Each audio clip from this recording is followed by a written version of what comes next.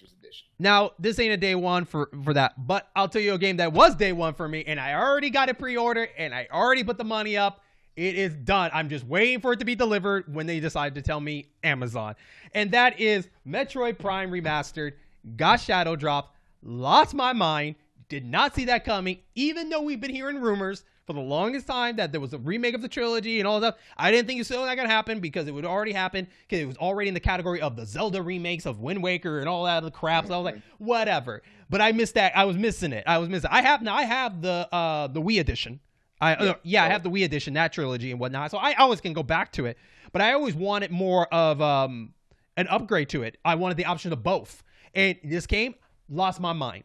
I was banging hard about it. I was like, what? Like day one got it. Day one. Because I know this game. I know in my mind that this game was going to be hard to find physical. That's why a lot of people are pre-ordering it. Yeah. This game's going to be hard. It's going to be hard because Metroid games are hard to find later on, which I got it except for Metroid 5.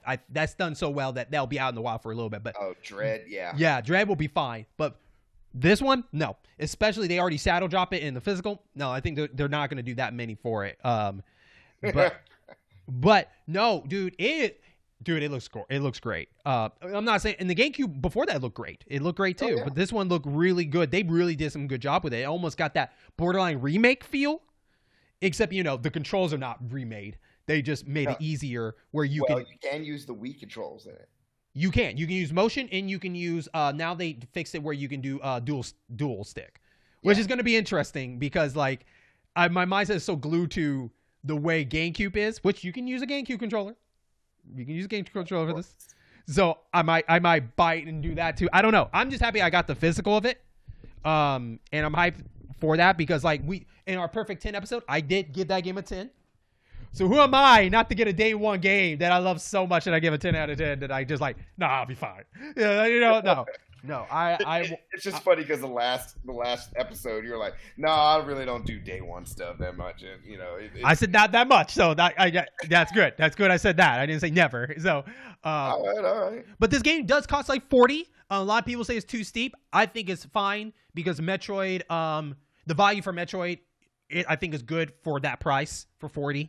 I think it earns that 40 instead of if it was 60, 70, it'd be a different story. That's tough to swallow, but 40 I think is good for that game. Metroid Prime, for people that don't play it, first person adventure action shooter game. I think it's worth it if you're a Metroid fan that never got a chance to play the Prime. I think it's a pretty beefy game, lengthy. I think it's really fun. There's a lot of neat ideas that game did. I think helped change the game for other entries. True. And so, but I know that Metroid Prime. I don't think did you play Metroid Prime? Have you played Metroid Prime? I have the trilogy on Wii. I played Prime. Okay. I did not beat Prime. Okay. But I did play it. I liked what it was trying to do. Okay. I've been kind of a in and out Metroid player. I got Dread. Dread's done.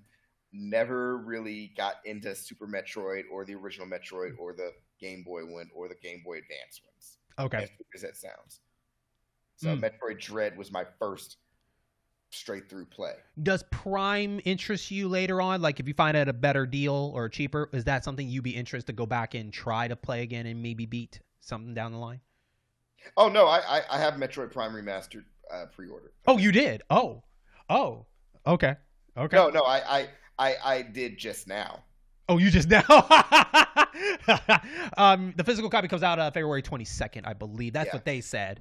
It's the collector in me. You'll have to forgive me. It's the collector in me. Now, people are wondering, do we expect 2 and 3 to come? I'm not going to hold my breath on that. I'm not going to hold my breath unless it sells really well, and then they're going to oh. Yeah. If any... Oh, go ahead. I'm sorry. $120 for all 3. Yeah. I was going to say maybe 2 is a possibility. 3 will be a little bit tough.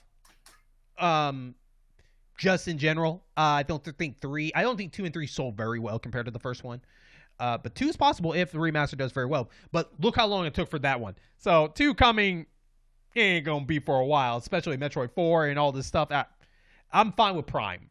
Prime is just fine for what it is. And it's cool that, for a game series that is not as popular as Mario and Zelda in their standards, that they still show the love. Yeah, you got to show the love for your peeps who's a mainstay in your Smash Brothers game. Mm-hmm. Yeah, so maybe one day it'll be a possibility for you a new Star Fox, because your Star Fox, he needs some better love. They ain't doing him right. They ain't doing him right. I mean, they just need to get someone who's passionate about it and not putting wonky ass controls. That's all. Star Fox Zero, I never denied that the controls were hard to get used to, but the actual gameplay and the story, yeah, that was fine. Mm-hmm. And get out of the retelling of the stories. Like, let's do new stories. Star Fox needs new adventures. The furthest it went was, I believe, Star Fox Command on the DS. Yeah. And by that time, Crystal joined the crew and all the other stuff. I thought that was cool.